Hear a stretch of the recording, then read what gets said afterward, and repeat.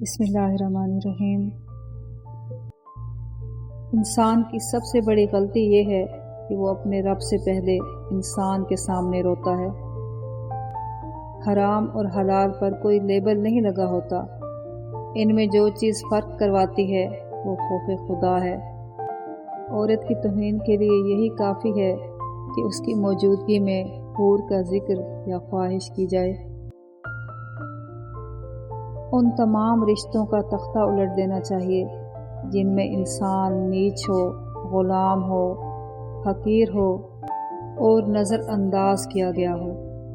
زندگی میں اگر انتخاب کا موقع ملے تو ٹاس کر لینا، اس لیے نہیں کہ انتخاب میں آسانی ہو جائے گی، بلکہ اس لیے کہ جب سکہ ہوا میں ہوگا تو پتہ چل جائے گا دل کیا چاہتا ہے۔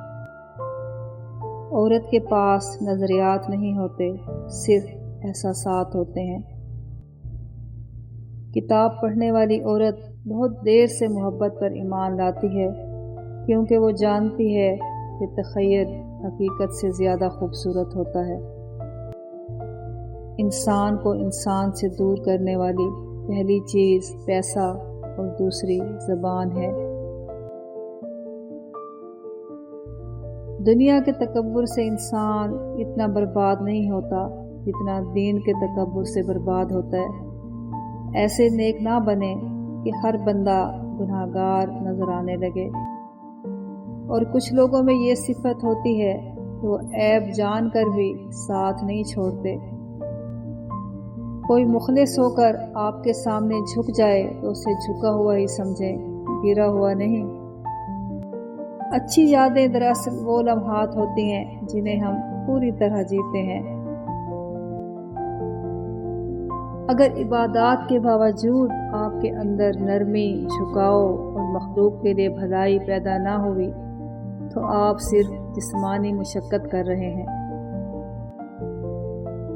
اچھے لوگ سڑک کے کنارے لگی ان روشنیوں کے مانند ہوتے ہیں جو فاصلے کم تو نہیں کرتے مگر سفر آسان ضرور بنا دیتے ہیں۔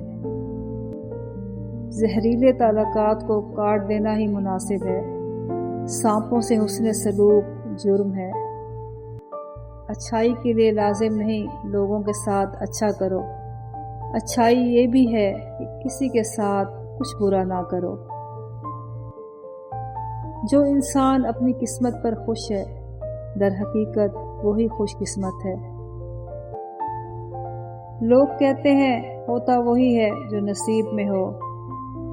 اللہ پاک قرآن میں کہتے ہیں تم مجھے پکار کر تو دیکھو، میں نصیب بدلنے پر قادر ہوں۔ مزاج کے خلاف بات پر مسکرا دینا لڑنے سے بہتر ہے۔ مسکرائیں کہ زندگی ابھی باقی ہے۔ ہم کسی کے لیے آسانی پیدا کریں یا مشکل، وہ ایک نہ ایک دن ہمیں ضرور ملتی ہے۔ دوسروں کے لیے آسانیاں پیدا کریں، انشاءاللہ آپ کے لیے بھی آسانیاں ہوں گی۔